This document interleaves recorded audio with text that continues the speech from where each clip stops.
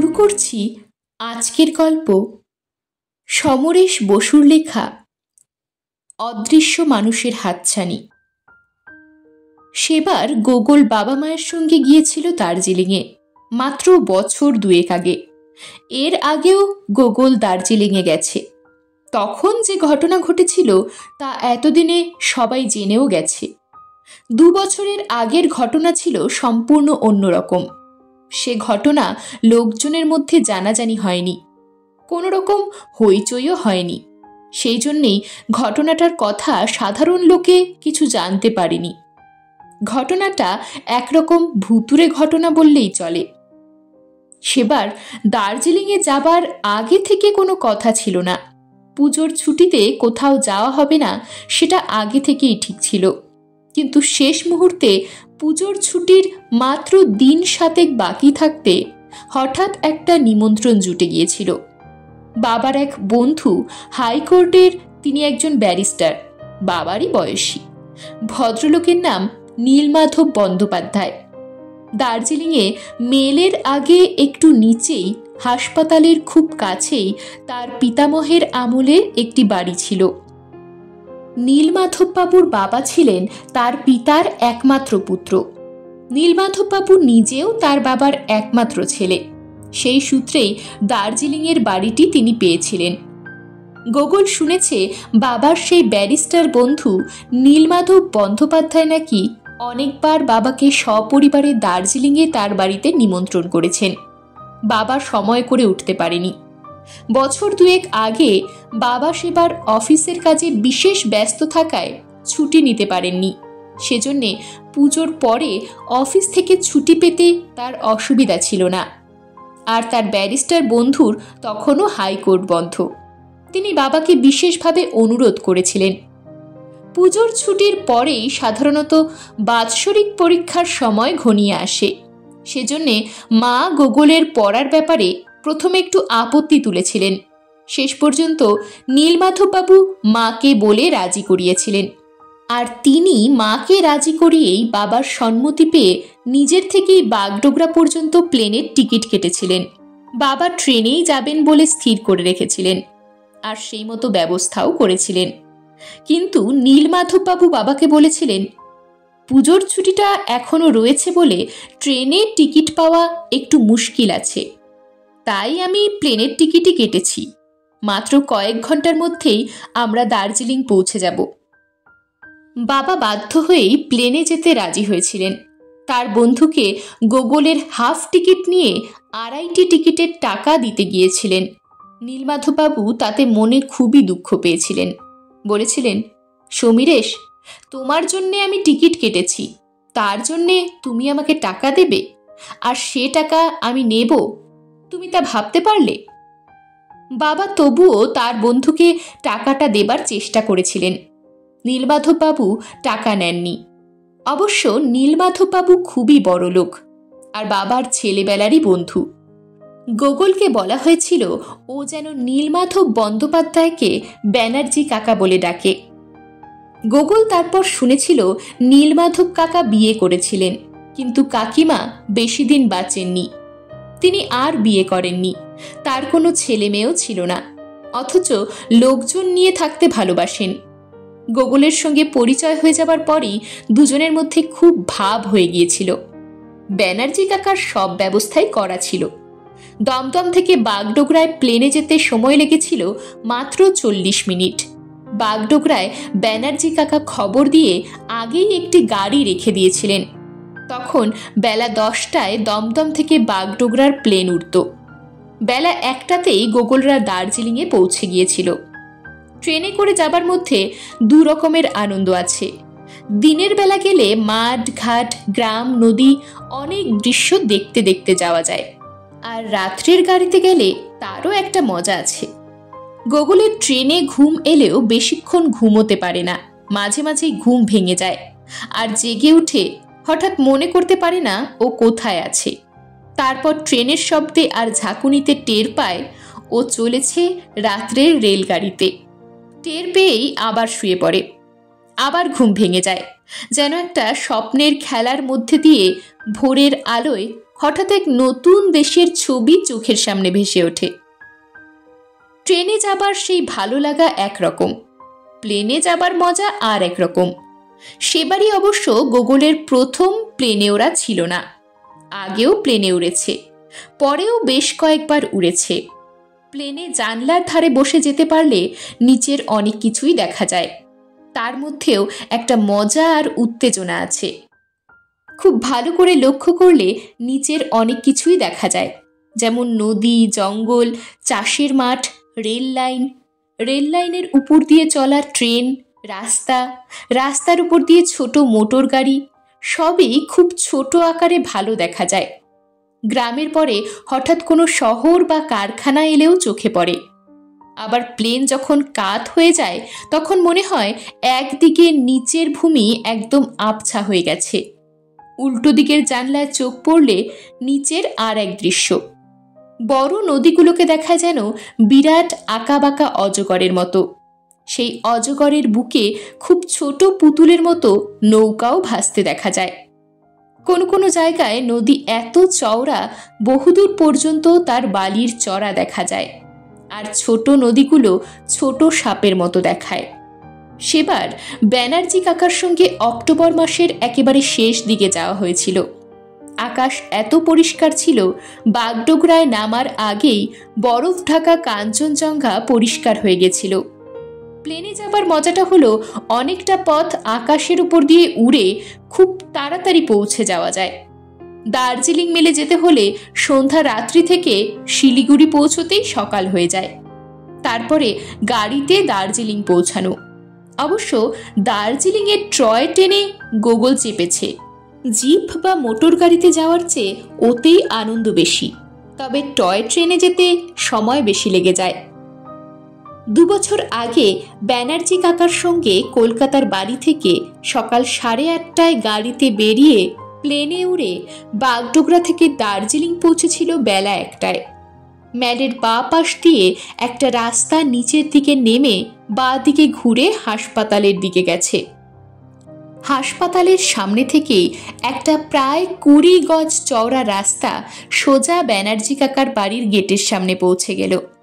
গেটটা খোলাই ছিল, আর একজন নেপালি মহিলা দরজার সামনে হাসি মুখে দাঁড়িয়েছিলেন। গাড়িটা সোজা শান বাঁধানো চত্বরে ঢুকে গিয়েছিল। ব্যানার্জি কাকা গাড়ির সামনের আসনে বসেছিলেন। দরজা খুলে নামতেই নেপালি মহিলা কপালে 2 হাত ঠেকিয়ে নমস্কার করে কি যেন বললেন।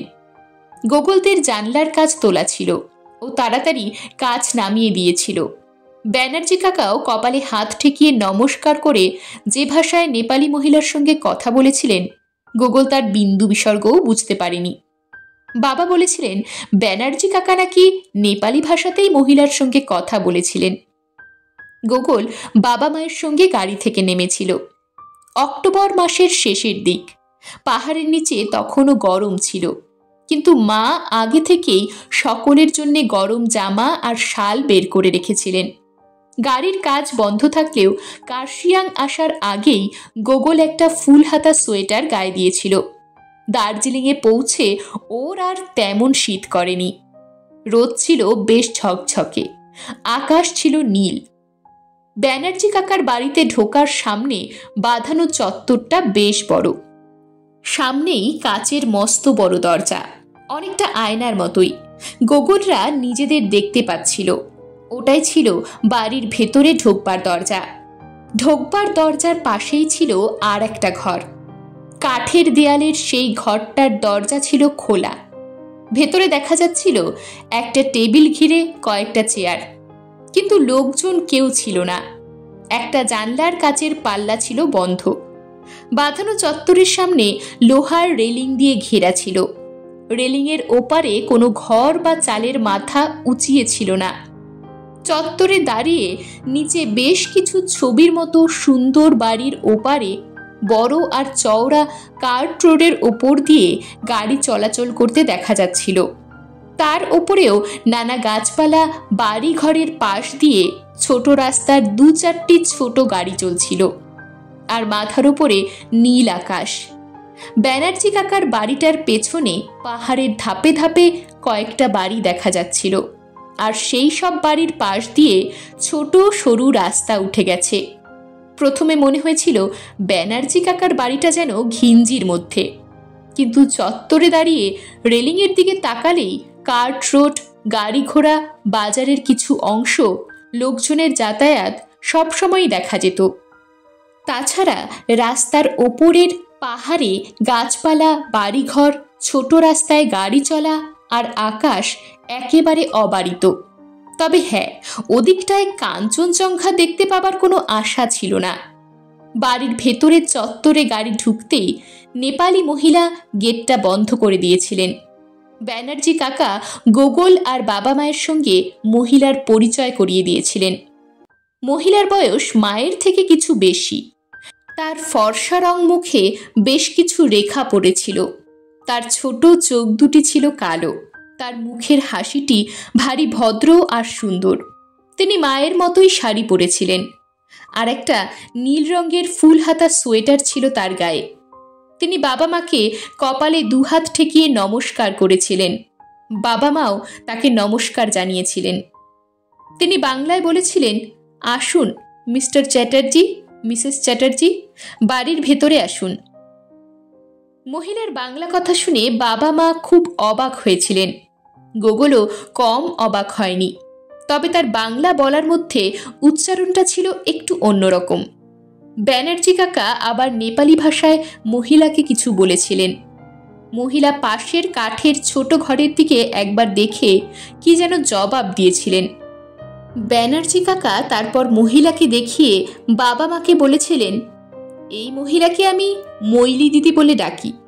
মৈলি মানে মেজো, তার মানে মেজ দিদি। তোমরা ওকে মেজ দিদি বলেই ডাকতে পারো। মেজদি মেয়ে হলে কি হবে, তিনি একজন জবরদস্ত মহিলা আর খুবই বুদ্ধি রাখেন। ওর স্বামী ছিলেন মিলিটারিতে। দ্বিতীয় মহাযুদ্ধের সময় বার্মার কাছে জাপানিদের হাতে তিনি অনেক দিন বন্দী থাকেন। যুদ্ধের শেষে যখন ফিরে আসেন তখন তার শরীর খুবই ভেঙে পড়েছিল। তখন তারা ম্যালের যেদিকে লেবং, সেদিকে নিচের একটা বাড়িতে থাকতেন। আমার বাবা তাদের এ বাড়িতে নিয়ে আসেন, আর এ বাড়িতেই মৈলি দিদির স্বামী মারা যান। জাপানিদের হাতে বন্দী হওয়ার আগে তিনি হাবিলদার পদে প্রমোশন পেয়েছিলেন। বন্দী না হলে বা অসুস্থ না হয়ে পড়লে তিনি হয়তো ক্যাপ্টেন বা মেজর হতেন, কিন্তু শেষ জীবন পর্যন্ত অসুস্থ সৈনিক হিসাবে তিনি কেবল পেনশনই পেতেন। ব্যানার্জি কাকা প্রথমে লক্ষ্য করেননি তার কথা শুনতে শুনতে মৈলি দিদির মুখটি বিষণ্ণ হয়ে উঠছিল, আর ওর চোখ দুটি উঠেছিল ছলছলিয়ে। গোগলের মা সেটা দেখতে পেয়ে বলেছিলেন, ব্যানার্জি ঠাকুরপো, এসব কথা আমরা পরে শুনব, এখন থাক। ব্যানার্জি কাকা তখনই ব্যাপারটা বুঝে নিয়েছিলেন, আর লজ্জা পেয়ে দুঃখের সঙ্গে মৈলি দিদিকে নেপালি ভাষায় কিছু বলেছিলেন। মৈলি দিদি তাড়াতাড়ি চোখ মুছে হেসে নেপালি ভাষায় কিছু বলে গোগলকে কাছে টেনে নিয়েছিলেন। বলেছিলেন, মাস্টার চ্যাটার্জিকে আমি একটা কথাও বলিনি।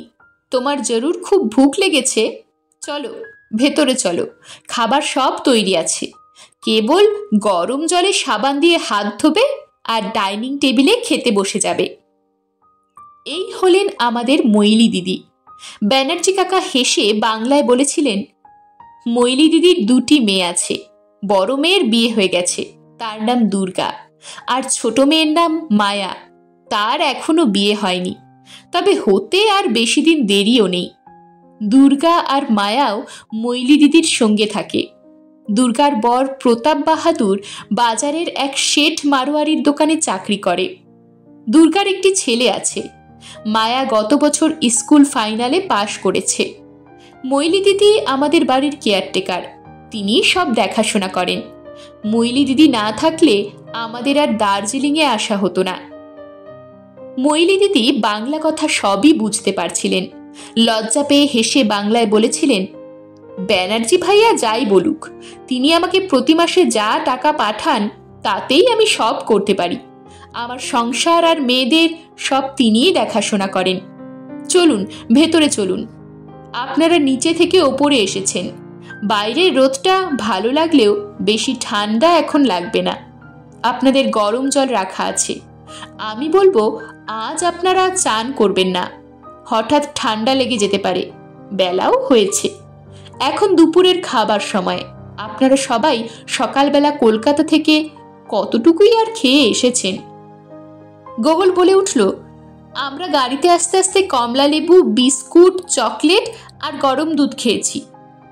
ব্যানার্জি কাকা কাচের দরজার কাছে গিয়ে দুধাপ সিঁড়ির ওপরে উঠেছিলেন।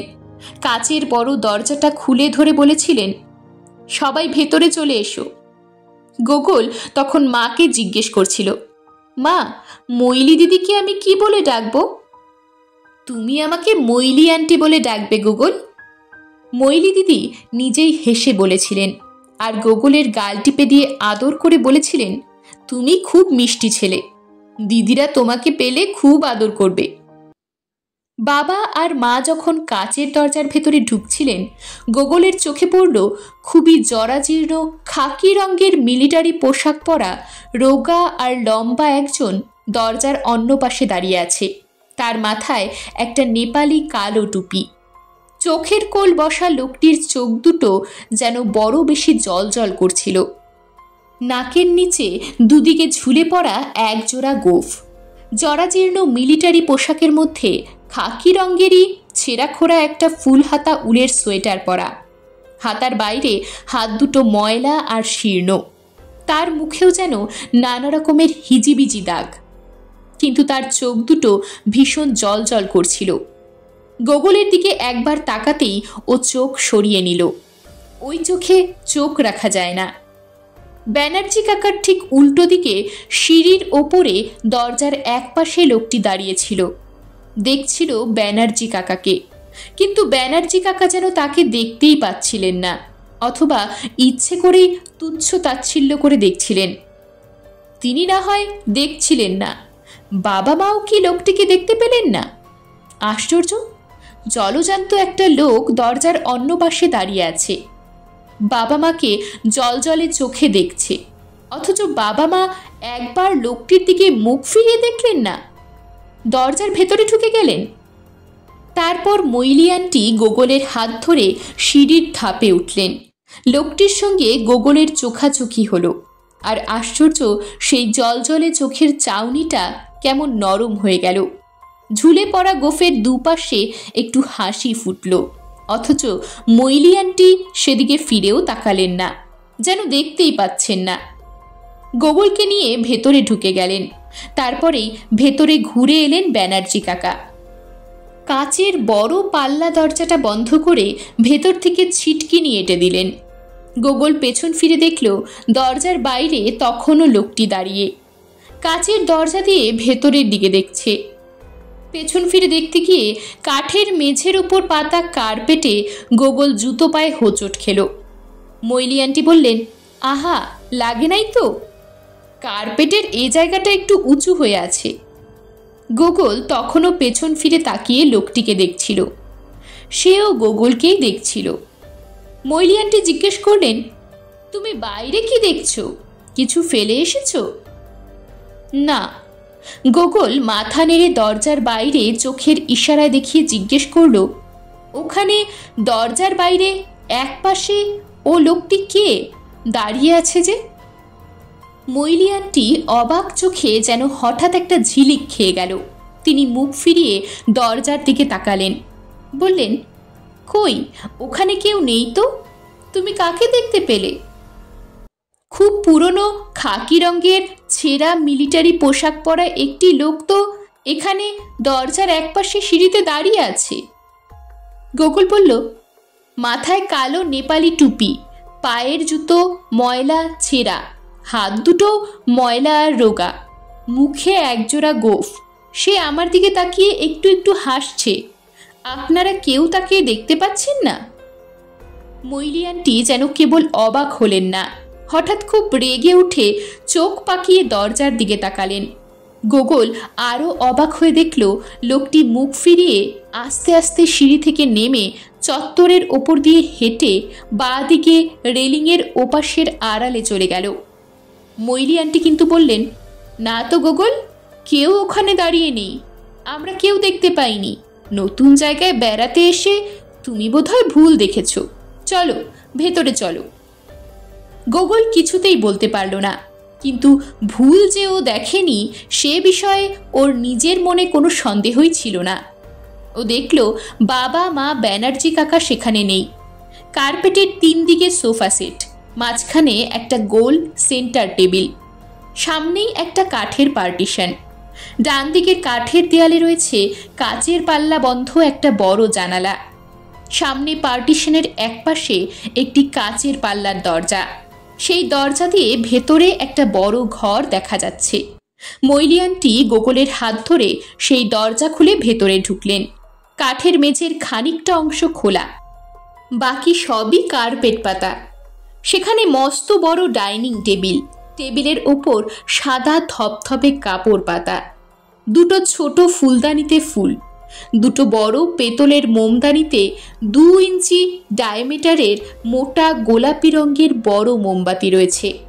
এখন জ্বলছে না, কোনো আলোও জ্বলছে না। ডান দিকে কাঠের দেয়ালে বড় বড় দুটো কাচের পাল্লার জানলা দিয়ে দিনের আলো এসে পড়েছে। সেই আলোতেই সব স্পষ্ট দেখা যাচ্ছে। ডাইনিং টেবিলের ওপর 4টি প্লেটের ওপর একটি করে চাইনিজ স্যুপের বোল রয়েছে। পাশেই রয়েছে চিনেমাটির স্যুপ খাবার চামচ। প্রত্যেক প্লেটের বাঁদিকে একটি করে ছোট প্লেট, তার প্রত্যেকটার পাশে ছোট বড় দুটো স্টিলের চামচে, কাঁটা চামচে আর ছুরি ঝকঝক করছে। কাচের গেলাসে সাদা কাপড়ের ন্যাপকিন ত্রিভুজ করে দাঁড় করানো রয়েছে। গোগলের মনে হলো কলকাতার নামকরা বড় হোটেলে যেরকম খাবার টেবিল সাজানো থাকে, এই ডাইনিং টেবিলও সেই রকম করে সাজানো রয়েছে। কিন্তু মৈলি আন্টি টেবিল পেরিয়ে গোগলের হাত ধরে সামনে এগিয়ে গেলেন। গোগল আবার পেছনে ফিরে একবার দেখল, না, এবার এ ঘরের কাচের দরজা দিয়ে পাশের ঘরের কাচের দরজার সিঁড়ির কাছে কাউকে দেখতে পেল না। মৈলি আন্টি টেবিলটা পেরিয়ে কয়েক গজ গিয়ে বাঁ দিকের একটি দরজার সামনে দাঁড়ালেন। কাচের দরজার ভেতরে পর্দা টাঙানো, ভেতরটা দেখা যায় না। মৈলি আন্টি দরজার পাল্লা ঠেলে খুলে দিলেন। গোগলের চোখের সামনে ভেসে উঠল মস্ত একটা সুন্দর সাজানো ঘর। ঘরে প্রচুর আলো। মৈলি আন্টি গোগলকে নিয়ে এক ধাপ কাঠের সিঁড়ি উঠে সেই ঘরের মধ্যে ঢুকলেন। গোগল দেখল সামনেই একটা বিরাট ঝকঝকে খাটের ওপর সুন্দর বিছানা। মা সেই বিছানায় পা ঝুলিয়ে বসেছেন। বাবা এক পাশের কাঠের দেয়ালের দিকে লম্বা ড্রেসিং টেবিলের সামনে দুটো বড় বড় সোনালি ফ্রেমে বাঁধানো আয়নার সামনে চেয়ারে বসে সিগারেট খাচ্ছে। কিন্তু ঘরে এত আলো এলো কোথা থেকে? বাইরের দিকে কোনো কাচের দেয়াল বা জানলা কিছুই নেই। তারপরেই ওর চোখ পড়ল ঘরের মাথার দিকে। কাঠের ছাদের ঠিক মাঝখানে স্কাইলাইট, যেন রোদের আলো সেই স্কাইলাইটের কাছে পড়ে গোটা ঘরটা আলোয় ভরে দিয়েছে। ঘরটা অনেক বড় বলেই আর একটা খাটও ছিল পেছন দিকে। সেই খাটেও রয়েছে পরিষ্কার বেডশিট ঢাকা দেওয়া বিছানা। দুটো খাটের মাঝখানে রয়েছে একটি গোল পাথরের টেবিল। টেবিল ঘিরে 4টি খুব সুন্দর চেয়ার। চেয়ারগুলোর আকৃতি, বেগুনি রঙের গদি, সব মিলিয়ে খুবই রাজকীয়। বাবা যেদিকে বসেছিলেন সেদিকে কাঠের দেয়ালের সঙ্গে লম্বা ড্রেসিং টেবিল জোড়া অনেকটা তাকের মতো। তার উপর পাতা আছে লিনেনের সাদা কাপড়। সেখানে রয়েছে যত রাজ্যের নাম করা দেশি বিদেশি কোল্ড ক্রিম, পাউডার, অডিকলনের দারুণ সুন্দর দেখতে নানা আকারের শিশি বোতল। আর ওদিকের কাঠের দেয়ালে কুচিয়ে সেলাই করা লিনেনের পর্দা টাঙানো। ঘরের বাকি দেওয়াল ঝকঝকে পালিশ করা। কাঠের মেঝের ওপর সুন্দর কাজ করা পশমের কার্পেট। কাঠের দেয়ালের দুদিকে দুটো তেল রঙের ছবি। কোট টাই পরা গোফওয়ালা, চোখে চশমা, ফর্সা এক ভদ্রলোক। আর একটা ছবি এক মহিলার, মাথায় সামান্য ঘোমটা টানা, কাঁধের কাছে জড়োয়ার ব্রোচ আটকানো। দেখতে তিনি সুন্দরী, অনেকটা আগের কালের বড়লোক মহিলাদের মতোই তার সাজগোজ। ডান দিকের কাঠের দেয়ালে একটি খোলা দরজা দেখা যাচ্ছে। সেই ঘরে স্কাইলাইটের দিনের আলো নেই। আলো জ্বলছে, পরিষ্কার বোঝা যাচ্ছে।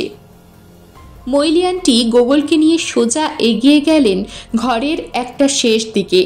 সেখানে দুধাপ সিঁড়ির উপর একটা বন্ধ দরজা ছিল। মৈলি আন্টি দরজাটা ঠেলতেই খুলে গেল। তিনি দুধাপ সিঁড়ি উঠে ভেতরেই অন্ধকারে গেলেন। সুইচ টিপে আলো জ্বলে ডাকলেন, মাস্টার গোগল, অন্দরে এসো। গোগল ভেতরে ঢুকলো। দেখেই বোঝা গেল বাথরুম। বাথরুমের মেঝে শান বাঁধানো, গিজারের লাল আলোটা জ্বলছে। একদিকে রয়েছে মস্ত বড় বাথটাব, ঠান্ডা গরম জলের লাইন আর শাওয়ার। বাথরুমের পাশেই রয়েছে আর একটা ঘর। খোলা দরজা দিয়ে ভেতরে চোখে পড়ে কোমোড। পাশের ঘরটার দেওয়ালে রয়েছে একটা জানলা, যার কাচের পাল্লা বন্ধ। মৈলি আন্টি বেসিনের দুদিকের কলের মুখের একটা দেখিয়ে বললেন, এটা খুললে গরম জল পাবে, আর এই রয়েছে সাবান, আর ওইখানে রয়েছে তোয়ালে। তুমি হাত মুখ ধুয়ে এসো, আমি বাবা মাকে তাড়া দিচ্ছি। গরম গরম খাবার খেয়ে নিয়ে বিশ্রাম করো। মৈলি আন্টি বাথরুম থেকে বেরিয়ে গেলেন। গোগল গরম জলের কল খুলে সাবান দিয়ে হাত মুখ ধুয়ে নিল। কিন্তু সেই ঝরঝরে মিলিটারি পোশাক পরা, মাথায় নেপালি টুপি, লম্বা রোগা গোফওয়ালা মূর্তিটার কথা ভুলতে পারছে না। তোয়ালে দিয়ে হাত মুখ মুছতে মুছতে ভাবল, কেবল মৈলি আন্টি যে লোকটিকে দেখতে পাননি তা নয়, বাবা মা, ব্যানার্জি কাকা কেউই তাকে দেখতে পাননি। অথচ লোকটি যে দরজার অন্য পাশে দাঁড়িয়েছিল, গোগলের মনে কোনো সন্দেহ নেই। ও বাথরুম থেকে বেরোবার আগেই মা এলেন, বললেন, তোমার হয়ে গেছে? হ্যাঁ বলে গোগল বাথরুম থেকে বেরিয়ে এলো। মা পেছনে থেকে বললেন, গোগল, খুব সাবধান, শীত বেশ ভালোই আছে, ঠান্ডা লাগিও না যেন। আচ্ছা, গোগল বলল। মা বাথরুমের দরজা বন্ধ করে দিলেন। বাবা তখনও চেয়ারে বসে সিগারেট খাচ্ছিলেন। বাঁদিকের খোলা দরজা দিয়ে ব্যানার্জি কাকা বেরিয়ে এলেন। কলকাতা থেকে তিনি এসেছিলেন সুটেড বুটেড হয়ে। এখন দেখা গেল পাজামা পাঞ্জাবির ওপরে মোটা একটা শাল চাপিয়েছেন, পায়ে মোজা আর স্যান্ডেল। গোগলকে জিজ্ঞেস করলেন, তোমার হাত মুখ ধোয়া হয়ে গেছে? বেশ ভালো, এবার খেতে যাবার আগে পাশের ঘরটাও দেখে এসো। খেয়ে দিয়ে বিশ্রাম করে তারপরে দোতলাটা দেখবে। গোগল পাশের ঘরে ঢুকল। এ ঘরটাও বেশ বড়। খাট রয়েছে একটাই, কাঠের চকচকে দেয়াল। এ ঘরেও রয়েছে একটা টেবিল ঘিরে কয়েকটা গদি আটা সুন্দর রাজকীয় চেয়ার। একদিকে ড্রেসিং টেবিল, আর কাঠের দেয়াল জুড়ে বড় আয়না। টেবিলের ওপর প্রসাধন সামগ্রী। পেছন দিকের বন্ধ দরজাটা দেখে মনে হলো ওটা এ ঘরের বাথরুম। তবে দুদিকের দেয়ালের ঢাকা পর্দার ফাঁকে কাচের অংশ চোখে পড়ল। গোগল এগিয়ে গিয়ে একদিকের দেয়ালের পর্দা সরাতেই বড় কাচের বন্ধ জানলা দেখা গেল। জানলার বাইরে বাঁদিকে কাঠের একটা আলাদা ছোট বাড়ি। বাড়ির সামনে একটা কাঠের ছোট একফালি বারান্দা। কোনো রেলিং নেই।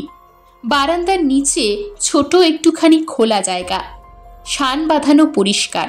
সেই খোলা জায়গার একধারে রেলিং, যেখান দিয়ে নিচের রাস্তা, গাড়ি ঘোড়া, ওপারের পাহাড় আর ছবির মতো বাড়িগুলো দেখা যায়।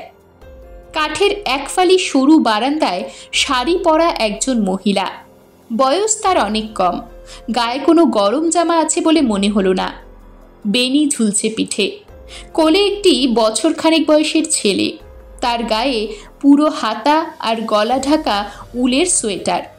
মাথায়ও উলের বোনা টুপি। গাল দুটো টুকটুকে লাল, পুতুলের মতো দেখতে। আর একজন তার বয়স আরও কম, লম্বা ফ্রকের মতো পোশাক গায়ে, কিন্তু গায়ে কোনো গরম জামা দেখা যাচ্ছে না। এর মাথায় চুল ছোট করে ছাটা আর খোলা। বয়স 17-18-র বেশি হবে না।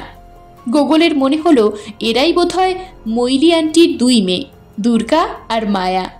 দুজনের কেউই গোগলের দিকে দেখছে না, নিজেদের মধ্যে কথা বলছে। গোগল পর্দা টেনে দিয়ে ঘরের আরেক পাশে গেল।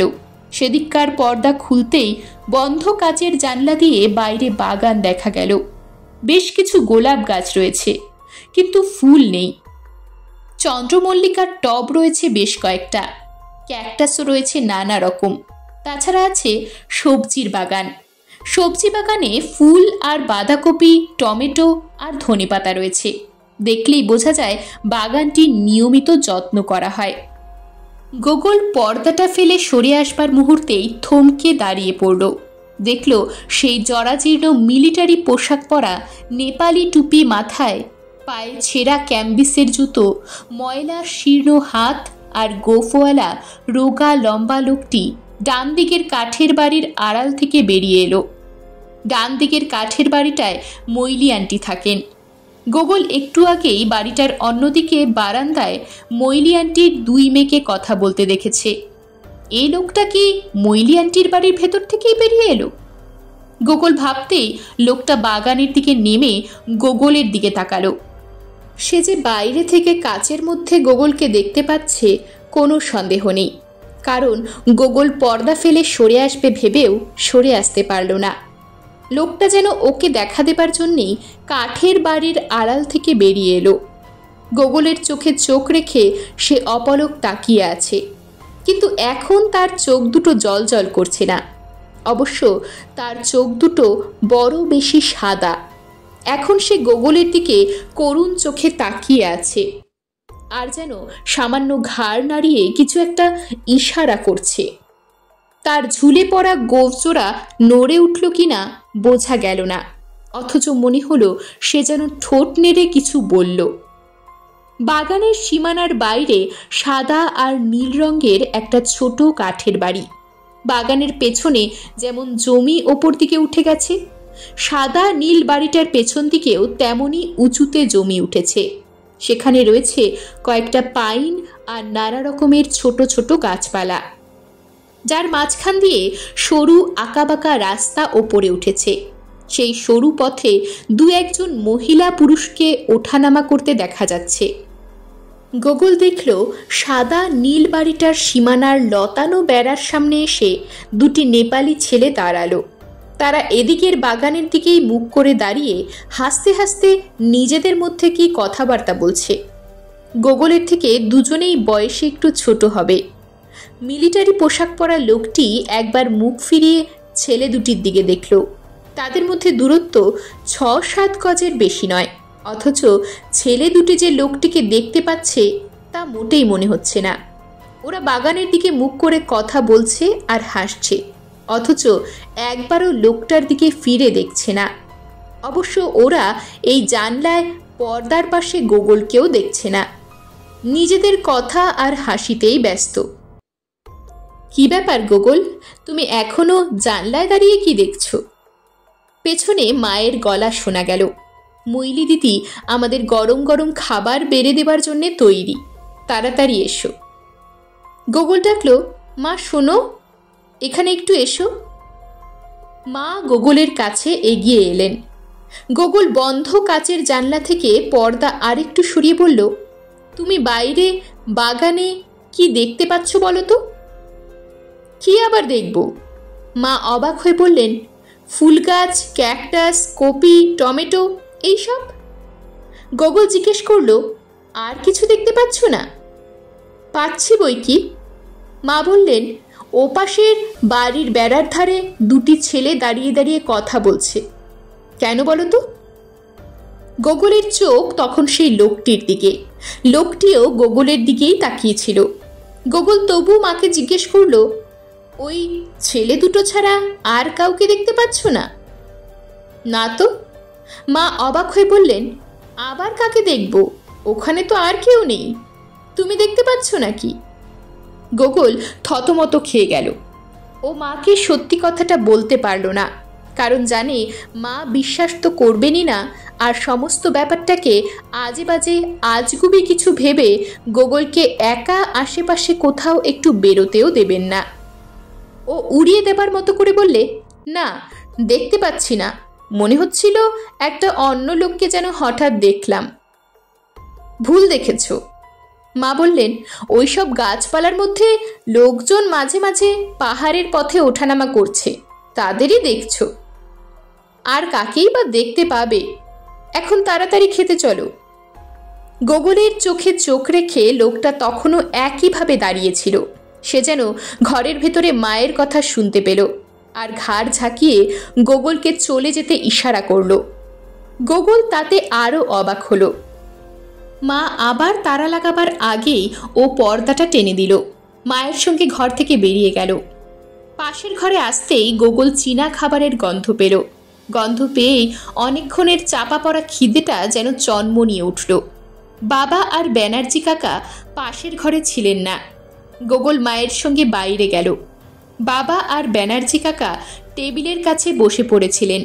মৈলি আন্টি এক পাশে দাঁড়িয়েছিলেন, তার পাশে দাঁড়িয়েছিল তার ছোট মেয়ে মায়া। মৈলি আন্টি মায়াকে মা আর গোগলের সঙ্গে পরিচয় করিয়ে দিলেন। তারপর এগিয়ে এলেন টেবিলের সামনে। টেবিলের ওপরে তখন ঢাকা দেওয়া বেশ কয়েকটি চীনা মাটির পাত্র এসে গেছে। মৈলি আন্টি একটি ঢাকনা খুলতেই ধোঁয়া বেরুলো। সেটাতে ছিল chicken clear soup. Soybean sauce আর চিলি সসের পাত্র সামনে রাখা ছিল। মায়া কাচের গেলাসগুলো থেকে ন্যাপকিন তুলে গেলাসে গেলাসে জলের জাগ থেকে জল ঢেলে দিল। মৈলি আন্টি একটা স্যুপ তোলার বড় হাতায় করে স্যুপের পাত্র ঘেটে প্লেটের ওপরে উল্টে ঢেলে দিলেন। গোগল চটপট স্যুপের বলে খানিকটা সয়াবিন সস ঢেলে দিল। মা বলে উঠলেন, গোগল, তুমি চিলি সস খেও না। গোগল জানতো মা ওকে চিলি সস খেতে বারণ করবেনি। ও একটু নুন আর গোলমরিচ মিশিয়ে নিল। ন্যাপকিনটা কোলের ওপর পেতে চামচে করে স্যুপ মুখে দিয়ে সামনের দিকে তাকালো। সেই হিলকার্ট রোডের লোকজন, যানবাহনের ভিড়, ওপারের পাহাড়ের গাছপালা, বাড়িঘর, ওদিকে কোথাও সেই লোকটি নেই। স্যুপ খেতে খেতে গোগল একটু অন্যমনস্ক হয়ে পড়ল। তারপরে ওর প্রিয় চিকেন ফ্রাইড চীনা ভাত, টক মিষ্টি দিয়ে তৈরি কর্ন, নরম করে ভাজা হাড়বিহীন ভেড়ার চীনা রান্না মাংস আর মিষ্টি সবই ও বেশ পেট ভরে খেল। কিন্তু সেই লোকটার চিন্তা ওর মাথা থেকে দূর হলো না। বাবা, মা, ব্যানার্জি কাকা সবাই মৈলি আন্টির চীনা রান্নার খুব প্রশংসা করলেন। মৈলি আন্টি মায়াকে দেখিয়ে বললেন, আমি একা করিনি, মায়াও আমার সঙ্গে খাবার বানিয়েছে। মায়ার মুখ এমনিতেই অনেকটা লাল। সকলের প্রশংসা শুনে আরও লাল হয়ে উঠল। খাওয়ার শেষে ব্যানার্জি কাকা বললেন, দার্জিলিংয়ে দুপুরে ঘুমোলে আমার শরীর ম্যাজ ম্যাজ করে, তবে আজ আমরা সবাই একটু শুয়ে বিশ্রাম করব। বিকেলে চা খেয়ে দোতলাটা তোমাদের সবাইকে দেখাবো। ব্যানার্জি কাকা নেপালি ভাষায় মৈলি আন্টিকে কিছু বললেন। তারপরে গোগল সামনের ঘরে বড় খাটে বাবার কাছে শুয়ে পড়ল। খাওয়ার পরে শীতটা যেন বেড়ে গেল। মা অন্য খাটে শুলেন। ব্যানার্জি কাকা চলে গেলেন পাশের ঘরে। খানিকক্ষণ পরেই গোগল টের পেল বাবা মা দুজনেই ঘুমিয়ে পড়েছেন। ওর মোটেই ঘুম পাচ্ছে না। ওর চোখের সামনে ভাসছে সেই লোকটির চেহারা। কি আশ্চর্য, কেউ তাকে দেখতে পাচ্ছে না, অথচ গোগল কেমন করে দেখছে। ও জীবনে এমন ঘটনা কখনো দেখেনি। একেই কি ভূত বলে, নাকি সেই অদৃশ্য মানুষের গল্পই সত্যি? তাই যদি হবে, অদৃশ্য মানুষকে গোগল একা দেখবে কেন? তাকে তো কেউ দেখতে পায় না, অথচ সে নানান কাণ্ড করে। গোগল ঘুমন্ত বাবাকে একবার দেখে আস্তে আস্তে খাট থেকে নামল। দরজা খুলে ঘরের বাইরে গেল। ডাইনিং টেবিল আবার ফিটফাট সাজানো হয়ে গেছে। সামনে বন্ধ কাচের জানলা দিয়ে বাইরের সেই দৃশ্য দেখা যাচ্ছে। ও কাচের দরজা খুলে পাশের বসবার ঘরে গেল। তাকালো বাইরে ঢুকবার বড় কাচের দরজার দিকে। সেখানে এখন কেউ নেই। চত্বরের এক পাশে রোদে মোটর গাড়িটা দাঁড়িয়ে আছে। হঠাৎ বসবার ঘরের কাঠের দেয়ালে একটি খোলা দরজা চোখে পড়ল। দরজার ওপারে সেই মিলিটারি পোশাক পরা লোকটি দাঁড়িয়ে গোগলের দিকে তাকিয়ে আছে। গোগল শুধু চমকে উঠল না, ওর গাটা কেমন ছমছম করে উঠল। এখন কাছে পিঠে কেউ নেই, শুধু ও আর লোকটা। খোলা দরজা দিয়ে দেখা যাচ্ছে ভেতরে একটা অন্ধকার ঘর। প্রথম ঢুকবার সময় ওই দরজাটা খোলা ছিল না, ঘরটাও দেখা যায়নি। গোগল কি করবে বুঝতে পারছে না। এর আগে দুবার লোকটিকে ঘরের বাইরে দেখেছে, এখন ঘরের ভেতরে। লোকটার সাদা অপলক চোখের কালো মণি দুটো স্থির, গোগলের দিকে তাকিয়ে যেন গোফের ফাঁকে হাসছে। গোগল সাহস করে জিজ্ঞেস করল, আপনি কে? লোকটি কোনো জবাব দিল না, কিন্তু তার ঠোঁট দুটি নড়ে উঠল। তারপর সে গোগলকে অবাক করে দিয়ে বাইরে যাবার কাচের দরজাটা না খুলেই বাইরে গিয়ে দাঁড়ালো। কাঠের মেঝের উপর তার ছেঁড়া ক্যাম্বিসের জুতোর কোনো শব্দ হলো না। কিন্তু দরজা না খুলে কাঁচ ফুঁড়ে সে বেরিয়ে গেল কেমন করে? বাইরে গিয়েও লোকটি দরজার পাশে দাঁড়িয়ে গোগলের দিকে অপলক চোখে তাকিয়ে রইল, আর মনে হলো যেন ঘাড় ঝাঁকিয়ে সে গোগলকে ইশারায় ডাকল। গোগল 2 পা এগোতেই পেছন থেকে মৈলি আন্টির গলা শোনা গেল, কোথায় যাচ্ছ মাস্টার গোগল? তুমি শোনি? গোগল দাঁড়িয়ে পড়ল, বলল, আমার ঘুম আসছিল না, তাই বেরিয়ে এসেছি। মৈলি আন্টি বললেন, আর একটু পরেই তোমার মা বাবা উঠে পড়বেন, আমি চা তৈরি করব, তারপরে তোমরা মেলে বেড়াতে যাবে। এখন তুমি ঘরেই যাও। আচ্ছা মৈলি আন্টি, বাইরে দরজার ধারে যে লোকটি দাঁড়িয়ে আছে সে কে? গোগল জিজ্ঞেস করল। মৈলি আন্টি বাইরের দরজার দিকে তাকিয়ে ভুরু কুঁচকে দেখলেন। অবাক হয়ে বললেন, কই, দরজার ধারে কেউ দাঁড়িয়ে নেই তো। কিন্তু আমি যে দেখতে পাচ্ছি। কিরকম লোক দেখতে পাচ্ছ বলো তো? খুব পুরনো ছেঁড়াখোড়া মিলিটারি পোশাক, খাকি রঙেরই ছিঁড়ে যাওয়া উলের সোয়েটার, মাথায় নেপালি টুপি, পায়ে ছেঁড়া ক্যাম্বিসের জুতো। মৈরি আন্টি যতই শুনছিলেন তার চোখ দুটো বড় হয়ে উঠছিল, আর একটা আতঙ্ক ফুটে উঠছিল তার দৃষ্টিতে। বাইরের কাচের দরজার দিকে তাকিয়ে তিনি আবার গোগলের দিকে তাকিয়ে ওর একটা হাত ধরলেন, বললেন, ও কিছু নয়, তুমি ভুল দেখছো, চলো ঘরের ভেতরে চলো। মৈলি আন্টি গোগলকে প্রায় টেনে নিয়ে যেতে গিয়ে থমকে দাঁড়ালেন, বললেন, আরে এই ঘরের দরজাটা আবার কে খুলল? এটা তো খোলা ছিল না।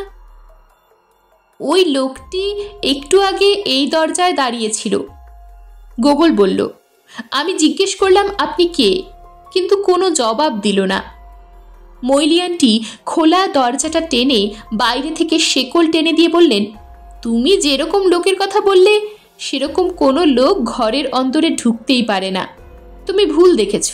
এখন চলো ঘরে গিয়ে আধ ঘন্টা শুয়ে থাকো, আমি এবার চায়ের জল গরম করতে যাচ্ছি। মৈলি আন্টি গোগলকে হাত ধরে খাবার ঘরে নিয়ে গেলেন। গোগল পেছন ফিরে দেখল লোকটি তখনও বড় কাচের দরজার বাইরে একপাশে দাঁড়িয়ে আছে, অথচ তাকে যদি আর কেউ দেখতে না পায়, গোগল কি করেই বা সবাইকে বিশ্বাস করাবে? আর লোকটা গোগলকেই কেন শুধু দেখা দিচ্ছে? এর মধ্যেই বা কি রহস্য আছে? গোগল দরজা ঠেলে ঘরে ঢুকল, দেখল বাবা মা উঠে বসেছেন, ব্যানার্জি কাকাও এ ঘরে এসেছেন, গল্প করছেন তিনজনেই। গোগলকে দেখে ব্যানার্জি কাকা জিজ্ঞেস করলেন, কোথায় গিয়েছিলে গোগল? ময়লি দিদির ঘরে নাকি? না, খাবার ঘর থেকে বাইরের দিকে দেখছিলাম, গোগল বলল। লোকটার কথা বলার ইচ্ছে থাকলেও বলতে পারল না, কারণ কেউ বিশ্বাস করবে না। কিন্তু গোগলই বা নিশ্চিন্তে থাকবে কেমন করে? ওর চোখের সামনে মৈলি আন্টির মুখটা ভেসে উঠল। লোকটির কথা শুনতে শুনতে তার চোখে মুখে কেমন একটা আতঙ্কের ভাব ফুটে উঠেছিল। গোগলের মনে হয়েছিল উনি কিছু জানেন, অথচ ভুল বলে উড়িয়ে দিয়েছিলেন। রহস্যটা কি অজানাই থেকে যাবে? চা পর্বের পরে সবাই বাইরে যাবার জন্য তৈরি হলেন। মা গোগলকে সোয়েটারের ওপর কোট পরে নিতে বললেন। বাইরে যাবার আগে খাবার ঘরের পাশের বসবার ঘরের বন্ধ দরজাটা ব্যানার্জি কাকা খুললেন, ভেতরে গিয়ে আলো জ্বাললেন। বাবা মায়ের সঙ্গে গোগল ঢুকলো, দেখল এ ঘরটা প্রায় ফাঁকা, সাজানো গোছানো তেমন নেই।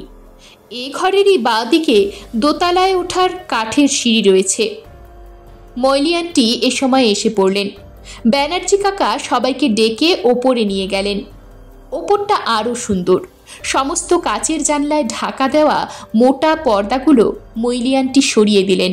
বিকালের উজ্জ্বল আলো তখনও ছিল। ওপরতলার কাঠের ঘর বারান্দা সবই কার্পেট দিয়ে মোড়া। 3টে পাশাপাশি ঘর সাজানো, কিন্তু মাঝের ঘরের পেছনের দরজা খুলতেই দেখা গেল সেখানে রয়েছে অর্ধগোলাকার বারান্দা, অনেকটা গাড়ি বারান্দার মতো। তার সবটাই কাচের জানলা। ময়লি আন্টি পর্দা সরিয়ে দিলেন। একটি গোল টেবিল ও খান কয়েক চেয়ার সেখানে রয়েছে। এ বারান্দা থেকে ম্যালের কাছাকাছি ওপরের দিক এবং আকাশ দেখা যায়। ব্যানার্জি কাকা সব ঘুরিয়ে ঘুরিয়ে দেখালেন। মাঝখানের ঘরের বাইরে বসবার ঘরের একটা আরাম কেদারা দেখিয়ে বললেন, আমার ঠাকুরদার নেমন্তন্নে রবীন্দ্রনাথ একদিন বিকেলে চা খেতে এসে এই আরাম কেদারাটায় বসেছিলেন। আর বলা হয় এ বাড়িতে বিবেকানন্দও এসে কয়েকদিন ছিলেন। তার স্মৃতি রাখা আছে পাশের ঘরে। পাশের ঘরে দেখা গেল গুলবাঘের ছালের উপরে ছোট গদির বিছানা, বালিশ আর পাশ বালিশ। ওখানে বিবেকানন্দ থাকতেন। সামনের দরজা খোলা থাকত। তাছাড়া ব্যানার্জি কাকার ঠাকুরদার আমলে দার্জিলিংয়ের অনেক সাহেব সুবোরাও আসতেন। ঠাকুরদারা ছুটি পেলেই দার্জিলিংয়ে চলে আসতেন। ব্যানার্জি কাকার বছরে একবারও হয়তো আসা হয়ে ওঠে না, তবে তিনি বাবা ঠাকুরদার প্রিয় বাড়িটি সযত্নে রক্ষা করছেন। তার জন্যে মৈলি আন্টির কাছেই তিনি কৃতজ্ঞ, কারণ কেবল টাকা দিয়েই মানুষের কাছ থেকে কাজ পাওয়া যায় না। মৈলি আন্টি বাড়িটিকে সযত্নে রক্ষা করেন। দোতলা দেখা হয়ে যাবার পরে গোকুল সকলের সঙ্গে সিঁড়ি দিয়ে নিচে নামতে গিয়ে থমকে দাঁড়ালো। দেখল সেই লোকটি সকলের আগে আগে সিঁড়ি দিয়ে নেমে যাচ্ছে, অথচ কাঠের সিঁড়িতে কোনো শব্দ হচ্ছে না। ব্যানার্জি কাকা বললেন, দাঁড়ালে কেন গোগল? ওপরে আরও কিছু দেখবে? না না, গোগল সিঁড়ি দিয়ে নামতে আরম্ভ করলো। লোকটি গোগলের আগে আগে সিঁড়ি দিয়ে নেমে গেল। গোগল তার পেছনে পেছনে নেমে এলো। লোকটি ঘরের বাইরে বসবার ঘর থেকে কাচের দরজা ঠেলে বাইরে গিয়ে দাঁড়ালো। গোগল কি করবে বুঝতে পারছিল না। পেছন থেকে ব্যানার্জি কাকা বললেন, চলো গোগল, বাইরে চলো, আমরা গাড়িতে চেপে ম্যালের কাছে যাব। গাড়ি পার্কিংয়ের জায়গায় গাড়ি পার্ক করে আমরা ম্যালে বেড়াতে যাব। গোগল ব্যানার্জি কাকার কথা ভালো শুনতে পেল না। ও দরজার দিকে এগিয়ে গেল। লোকটি দরজার বাইরে পাশে সরে দাঁড়ালো। তার অপলক চোখের দৃষ্টি এখন জ্বলজ্বল করছে। সে গোগলকে দেখছিল না। গোগল দরজা টেনে খুলে বাইরে বেরোলো। লোকটা এবার ওর দিকে তাকালো। অমনি জলজলে ভাবটাও কেটে গেল, শান্ত আর করুণ হয়ে উঠল। ব্যানার্জি কাকা পেছন থেকে বললেন, আবার এখানে দাঁড়ালে কেন গোগল? গোগল সিঁড়ির 2 ধাপ নেমে চত্বরে এগিয়ে গেল। পেছন ফিরে দেখল লোকটি সবাইকে দেখছে, কিন্তু তাকে কেউ দেখতে পাচ্ছেন না। মৈলি আন্টি এগিয়ে গিয়ে গেট খুলে দিলেন।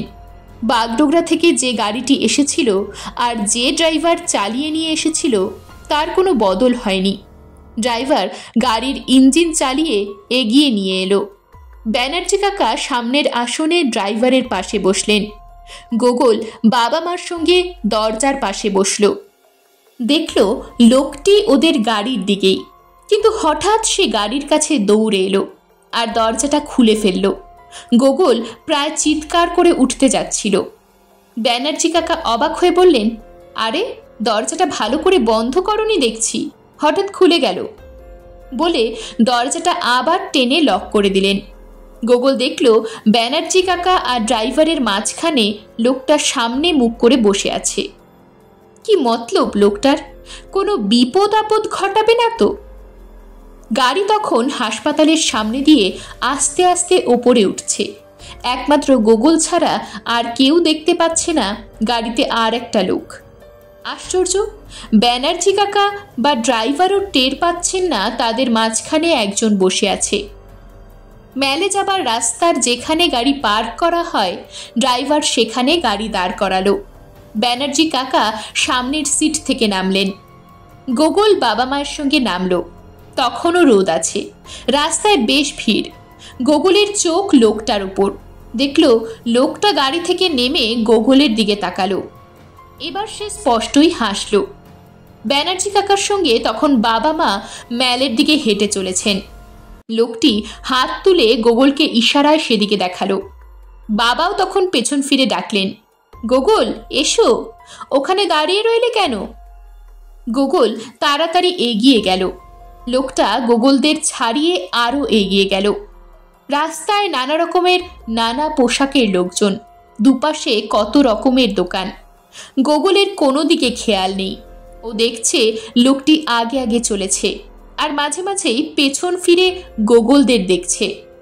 গোগলরা ম্যালে এসে পৌঁছল, যেদিকে লেবংয়ের ঘোড় দৌড়ের মাঠ আর চা বাগান, সেদিকে দেখতে গিয়ে কয়েক মুহূর্তের জন্যে গোগল লোকটির কথা ভুলে গেল। বিশেষ করে পরিষ্কার আকাশে তখন কাঞ্চনজঙ্ঘা দেখা যাচ্ছে। এ সময় মৈলি আন্টির মেয়ে মায়াকে কাছে দেখা গেল। ব্যানার্জি কাকা মায়ার সঙ্গে নেপালি ভাষায় কিছু কথা বললেন, মায়াও বলল। গোগলের দিকে তাকিয়ে হাসল। তারপরেই ওর চোখ পড়ল সেই লোকটির দিকে। সে এই প্রথম হাতছানি দিয়ে গোগলকে ডাকল। গোগল দেখল বাবা মা ব্যানার্জি কাকা গল্প করছেন। মায়া দিদিও দুই নেপালি মেয়ের সঙ্গে গল্প করতে করতে বেড়াচ্ছে। গোগল লোকটির দিকে এগিয়ে গেল। লোকটা লেবংয়ের দিকে রেলিং ঘেরা রাস্তা দিয়ে হাঁটতে লাগলো, আর মাঝে মাঝে গোগলকে পেছন ফিরে দেখতে লাগলো। গোগল দেখল রোদ চলে যাচ্ছে, সন্ধ্যা নেমে আসছে। ও থেমে পড়ল। লোকটাও থেমে পড়ে। গোগলকে হাতছানি দিয়ে আবার ডাকলো, এমনভাবে ডাকলো যেন বলতে চায়, কোনো ভয় নেই, আমার সঙ্গে এসো, তোমাকে একটা জিনিস দেখাবো। গোগল কৌতূহল দমন করতে পারল না। ও লোকটার পেছনে পেছনে চলতে লাগলো। বিকেলের আলো খুব তাড়াতাড়ি যেন ম্যাজিকের মতো নিভে গিয়ে সন্ধ্যা নেমে এলো। বাতি জ্বলে উঠতে আরম্ভ করেছে রাস্তার ধারে, নিচের বাড়িগুলোতে, চা বাগানের কোথাও কোথাও। লোকটি যেখানে দাঁড়ালো সেখানে রেলিং শেষ হয়ে ডান দিকে নিচে রাস্তা নেমে গেছে। লোকটা সেই দিকে চলল। যাবার আগে গোগলকে হাতছানি দিয়ে আবার ডাকলো। গোগলের আশপাশ দিয়ে যারা যাতায়াত করছে তাদেরও দেখতে পেল না। তারাও সব অচেনা লোক, কেউ গোগলকে বিশেষভাবে লক্ষ্য করে দেখল না। লোকটি ক্রমেই আঁকাবাঁকা পথে নিচে নেমে চলেছে। অন্ধকার নেমে এলো। এদিকটায় আলো বিশেষ নেই, কিন্তু গোগল লোকটিকে দেখতে পাচ্ছে। সে হাতছানি দিচ্ছে, আর গোগল দমবন্ধ কৌতূহল নিয়ে তার পেছনে পেছনে চলেছে। একসময় মনে হলো লোকটি একটি পুরনো অন্ধকার বাড়ির পোড়া লনে গিয়ে দাঁড়ালো। গোগলও সেখানে গিয়ে দাঁড়ালো। লোকটি হাত তুলে সামনে দেখিয়ে এগিয়ে গেল। গোগলও গেল। লোকটি লনের নিচে যাবার একটা কাঁচা সরু পথে নামতে লাগলো। গোগলও নেমে চলল। একসময় গগনের কানে এলো ক্ষীণ স্বরে ওকে যেন কেউ ডাকছে, কিন্তু তখন আরও থামতে পারছে না। লোকটির পেছনে পেছনে যেন স্বপ্নের ঘোরে চলেছে। ক্রমেই ওর নাম ধরে ডাকা মেয়েলি স্বর কাছে এগিয়ে আসছে যেন। লোকটি পেছন ফিরে গোগলকে ডাকছে, আর পাহাড়ি সরু পথে একে বেঁকে এগিয়ে চলেছে। কাছে পিঠে আর একটাও বাড়ি নেই। গোগল দেখল লোকটি এবার এক জায়গায় থামল। পেছন ফিরে গোগলকে ওপরের দিকে হাত তুলে দেখালো। গোগল দেখল একটা ছোট চূড়া। লোকটি হাতছানি দিয়ে সেই চূড়োয় উঠতে লাগলো। গোগলও উঠতে লাগলো। চূড়োয় উঠে লোকটি একবার থামল, তারপর হাতছানি দিয়ে সোজা সামনের দিকে এগিয়ে গেল। গোগলও গেল, কিন্তু লোকটি হঠাৎ অদৃশ্য হয়ে গেল, আর কে যেন পেছন থেকে চিৎকার করে গোগলের ওপর ঝাঁপিয়ে পড়ে জড়িয়ে ধরল। গোগল দেখল সেই লোকটি নেই, আর ওর সামনে একটা বিশাল অন্ধকারের শূন্যতা ছাড়া কিছুই নেই। কিন্তু কে ওকে জড়িয়ে ধরেছে? এই সময়ই টর্চ লাইটের আলো পড়ল ওদের গায়ে। ব্যানার্জি কাকার গলা শোনা গেল, মায়া, মায়া। গোগলের কাছ থেকে মায়া চিৎকার করে বলল, আঙ্কেল, গোগল মিলেছে, তবে আর কয়েক সেকেন্ড গেলে ওকে আর পাওয়া যেত না। কিন্তু গোগল, তুমি এখানে কেন এসেছো? আমাকে একজন ডেকে এনেছে, যাকে আমি ছাড়া কেউ দেখতে পায়নি। কিন্তু সে দেখতে কেমন? গোগল লোকটার চেহারা আর পোশাকের বর্ণনা দিল। মায়া কেঁদে উঠে বলল, তুমি তো আমার বাবার কথা বলছো। তিনি তো 4-5 বছর আগে মারা গেছেন। মারা গেছেন? হ্যাঁ, অসুখে ভুগে ভুগে মনের দুঃখে আমার বাবা এখান থেকেই নিচে ঝাঁপ দিয়ে পড়ে মারা গেছিলেন। উফ, আমি না এসে পড়লে তুমিও নিশ্চয়ই নিচে গিয়ে পড়তে। গোগলের শিরদাঁড়াটা কেঁপে উঠল। ও ভয়ে মায়াকে জড়িয়ে ধরল। সেবারে তারপরেও যে কদিন গোগল দার্জিলিংয়ে ছিল, ওকে সবসময় চোখে চোখে রাখা হতো। কিন্তু আশ্চর্য, সেই অন্যের চোখে অদৃশ্য লোকটি আর গোগলকে দেখা দেয়নি। এরকমই আরও সব গল্প পেতে চ্যানেলটিকে সাবস্ক্রাইব করে দেবেন। আর গল্পটি যদি ভালো লেগে থাকে তাহলে লাইক, শেয়ার আর কমেন্ট করে দেবেন।